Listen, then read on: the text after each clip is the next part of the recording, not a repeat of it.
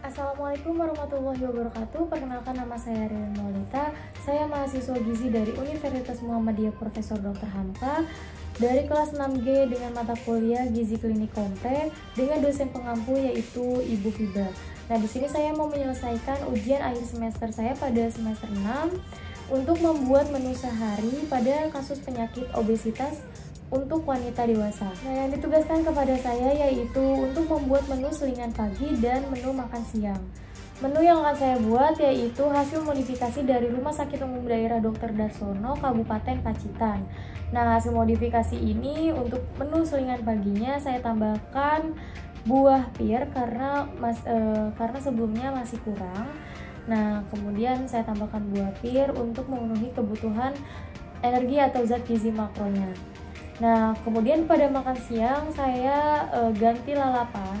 Sebelumnya menu sebelumnya pada Rumah Sakit Umum Daerah Dr. Darsono Kabupaten Pacitan yaitu dipakai lalapan, tapi di sini saya ganti lalapan itu dengan satu buah jeruk. Nah, kemudian untuk menyelesaikan ujian akhir semester ini, terlebih dahulu saya akan mempersiapkan bahan makanannya. Kemudian setelah itu saya akan memasak bahan makanan.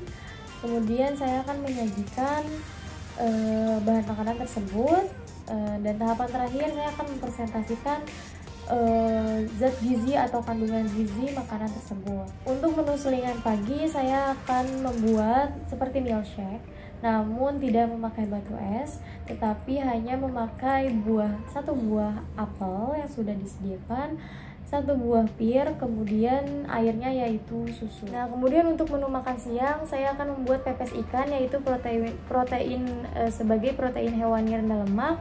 Kemudian ada protein nabatinya yaitu saya akan membuat tumis tempe. Kemudian sayurnya yaitu sayur asam. Kemudian ada buah jeruk yang menggantikan lalapan tadi. Nah, mohon maaf sebelumnya saya tidak menyebutkan tempe atau tumis tempe pada saat memperkenalkan atau memberikan informasi terhadap hasil modifikasi Rumah Sakit Umum Daerah Dr. Darsono Kabupaten Pacitan. Saya akan mempersiapkan bahan makanannya terlebih dahulu. Simak videonya ya.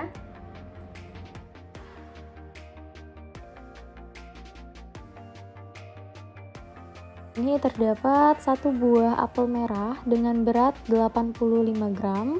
Kemudian ada satu buah apel pir juga dengan berat 85 gram.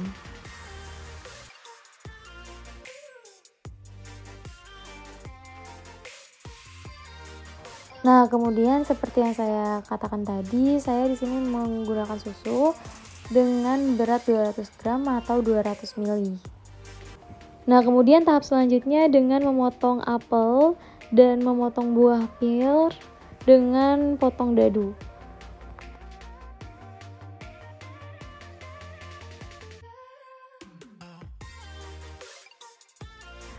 Nah, tahap selanjutnya memasukkan buah apel dan pir tadi ke dalam blender dan tuangkan susu yang tadi.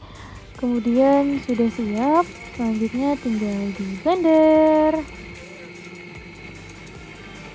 Nah, setelah itu dituangkan ke dalam gelas. Nah, tahap selanjutnya menyiapkan makanan untuk bahan makan siang. Ini ada ikan kembung, kemudian ada bumbu-bumbu untuk sayur asam, untuk pepes, ada satu buah jeruk juga, dan ada tempe. Kemudian ada nasi. Kemudian tidak lupa juga ada 10 gram minyak. Kemudian kita siapkan bumbunya, ini untuk bumbu pepes ikan.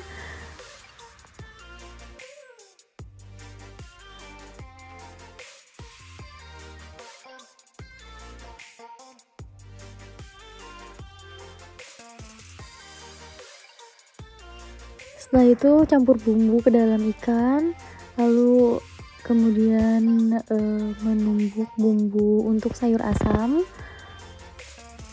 sampai halus.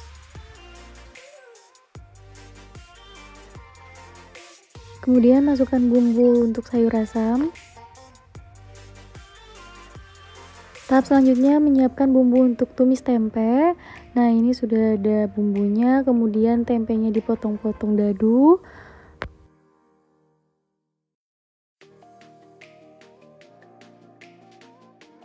Setelah itu masukkan bahan sayur asam dan pepes ikan yang sudah disiapkan. Kemudian tunggu sampai beberapa menit. Nah, ini sayur asam yang sudah matang. Kemudian selanjutnya kita oseng untuk bumbu tumis pada tempe. Oseng bumbu tumis ini sampai menyerap. Kemudian kita masukkan tempenya, lalu tambahkan garam. Kemudian tambahkan sedikit gula secukupnya saja, setengah sendok teh garam, setengah sendok makan gula. Nah, kemudian ini pepes ikan yang sudah jadi, yang sudah matang.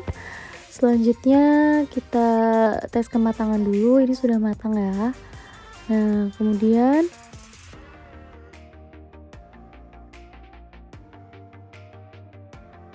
tahap selanjutnya yaitu menyajikan sayur asam yang sudah matang ke dalam mangkuk.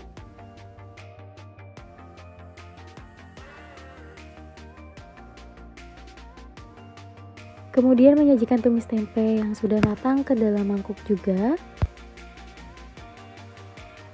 Nah, untuk tahap selanjutnya saya mau memakaikan plastik untuk tetap higienis sayur dan bahan makanan lainnya. Akhirnya makanan sudah jadi.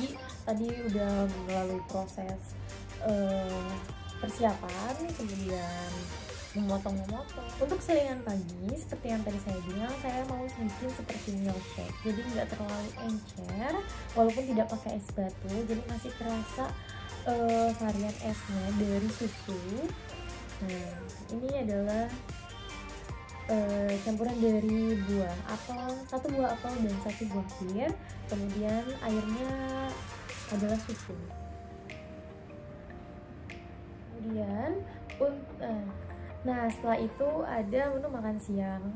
Menu makan di siang hari, yang pertama untuk karbohidratnya ada nasi, ini sebanyak 200 gram.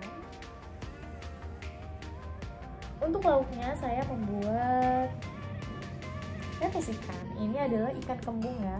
Ini adalah ikan kembung, pepes ikan kembung. Nah, protein nabati ini saya membuat tumis tempe. Ini ya, tumis tempe. Selanjutnya untuk sayur saya buat sayur asam. Setelah itu untuk buahnya saya pakai buah jeruk. Ini yang menggantikan lalapan untuk menu pada rumah sakit umum daerah Dr. Darsono. Baik, pada tahap selanjutnya yaitu saya mempresentasikan masakan saya untuk penyakit obesitas wanita dewasa yaitu 32 tahun. Nah, kemudian makanan yang saya buat ini dan ini adalah makanan atau masakan untuk penyakit obesitas pada wanita dewasa umur 3. Kemudian kenapa sih wanita lebih tinggi daripada laki-laki yang menderita obesitas atau penyakit obesitas ini? Karena wanita rata-rata memiliki mood atau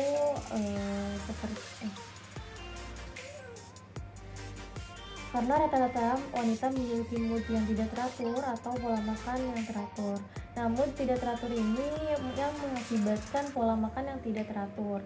Nah, seperti lebih sering makan jajan-jajanan di luar yang berlemak-berlemak. Itu sangat umum terjadi pada wanita dewasa di masyarakat. Kemudian apa saja sih terapi dietnya? Nah, tujuan diet ini untuk memberikan makanan sesuai kebutuhan gizi dalam sehari. Kemudian untuk mencapai status gizi pasien yang normal secara kemudian mengurangi asupan energi sehingga tercapai penurunan berat badan setengah sampai 1 kg per minggu atau 10% dari beban. Nah, selanjutnya saya di sini mau menjelaskan hasil hitungan saya, hasil hitungan pada kebutuhan sehari zat gizi makro dan zat gizi mikro, dan perbandingan persen dalam apakah asupan sudah normal atau malah berlebih atau defisit. Untuk kebutuhan energi sehari pada pasien obesitas yaitu 2094 kalori per hari, kemudian ada protein 78,5 gram per hari, kemudian ada lemak 49,5 gram per hari, kemudian ada karbohidrat 340 gram per hari. Untuk zat gizi mikro yaitu saya mencantumkan tembaga dan seng, karena tembaga dan seng adalah jenis zat gizi mikro yang bagus untuk mencegah. Pada tabel AKG didapat kebutuhan tembaga dalam sehari pada wanita usia 32 tahun yaitu 900 mg. Kemudian untuk seng yaitu sehari 11 mg. Untuk kebutuhan zat gizi makro pada menu makan siang dalam satu hari makan yaitu untuk memenuhi kebutuhan zat gizi makro yaitu pada energi, protein, lemak, dan karbohidrat terdapat energi dengan nilai 628,5 kalori per makan siang, kemudian ada protein 20 dengan 23,55 gram per makan siang, kemudian ada lemak 14,85 gram per makan siang, kemudian ada karbohidrat dengan nilai 102 gram dengan nilai 102 gram per makan siang. Nah, untuk perbandingan asupan. Nah, untuk persentase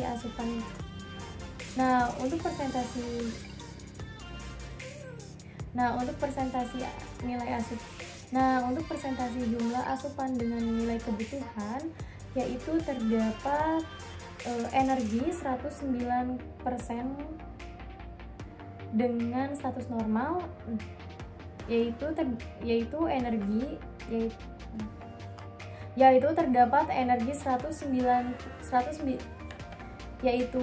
terdapat energi dengan persentase 109% dengan status gizi normal. Kemudian ada protein yaitu senilai 110% dengan status gizi normal.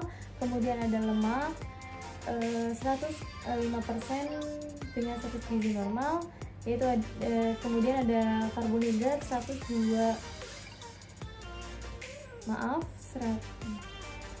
kemudian ada lemak yaitu 105% dengan status gizi normal, kemudian ada karbohidrat 102% dengan status gizi normal. Nah, untuk selingan pagi yaitu untuk memenuhi kebutuhan selingan pagi dengan persentase 10% yaitu terdapat energi senilai 209,4 kalori per selingan pagi, kemudian ada protein dengan 7,85 gram per selingan pagi, kemudian ada lemak dengan 4,95 gram per selingan pagi, kemudian ada karbohidrat dengan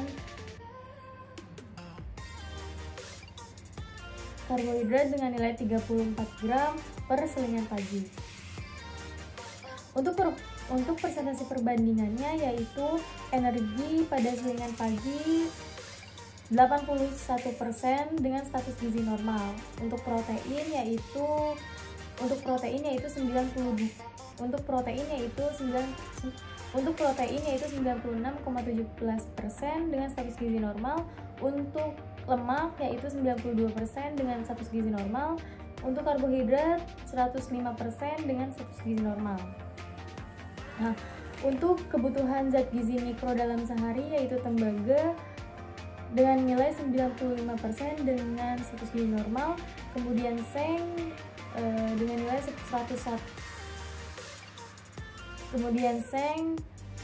101%, Nah, itu dia penjelasan kandungan gizi pada menu selingan pagi dan menu makan siang untuk penyakit obesitas wanita dewasa usia 30 tahun.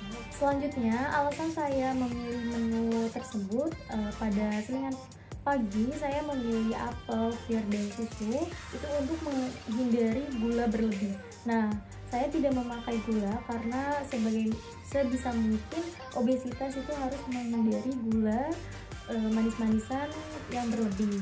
Nah, dengan pir yang rasanya sudah manis, terus kemudian apel yang rasanya sudah manis, kemudian ada dicampur dengan susu dengan hasil rasa yang tidak begitu manis.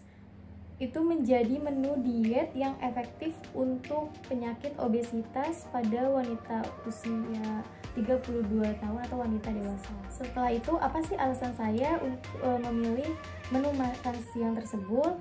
Karena pertama, ikan kembung atau ikan termasuk ke dalam protein hewani rendah lemak. Nah, kemudian ada tempe yang lemaknya tidak begitu tinggi. Kemudian ada sayur asam. Nah, tentu saja sayuran yang saya pilih yaitu sayuran B dengan total lemak yaitu 0%. Kemudian yang terakhir ada buah jeruk, tentu saja buah-buahan itu lemaknya 0%. Nah, alasan saya memilih menu diet dengan selingan pagi yang mudah dibuat, dan kemudian ada menu makan siang juga yang umum dibuat dan umum diketahui oleh orang-orang, agar pasien atau individu yang memiliki penyakit atau menderita obesitas bisa dengan gampang untuk menjalankan dietnya. Nah, makanan yang saya buat itu terhindar dari lemak yang berlebih. Nah, pernyataan yang saya buat sejalan dengan satu ayat dalam Al-Quran, yaitu pada surat Al-Isra ayat 27, yang artinya yaitu sesungguhnya pemboros-pemboros itu adalah saudara-saudara setan, dan setan itu dan setan adalah yang ingkar kepada Tuhannya. Nah, dalam arti ayat tersebut menyatakan bahwa kita sebagai umat manusia tidak boleh melakukan sesuatu yang berlebih, seperti makan makanan yang sangat berlebih, kemudian contohnya seperti makan makanan yang berlebih. Nah, itu juga termasuk ke dalam pemborosan. Nah, itu dia pembahasan yang telah saya sampaikan dari tahap pertama dalam persiapan bahan makanan, kemudian memasak dan menyajikan, kemudian saya mempresentasikan hasilnya. Kurang lebihnya mohon maaf. Wabillahi taufiq wal hidayah. Wassalamualaikum warahmatullahi wabarakatuh.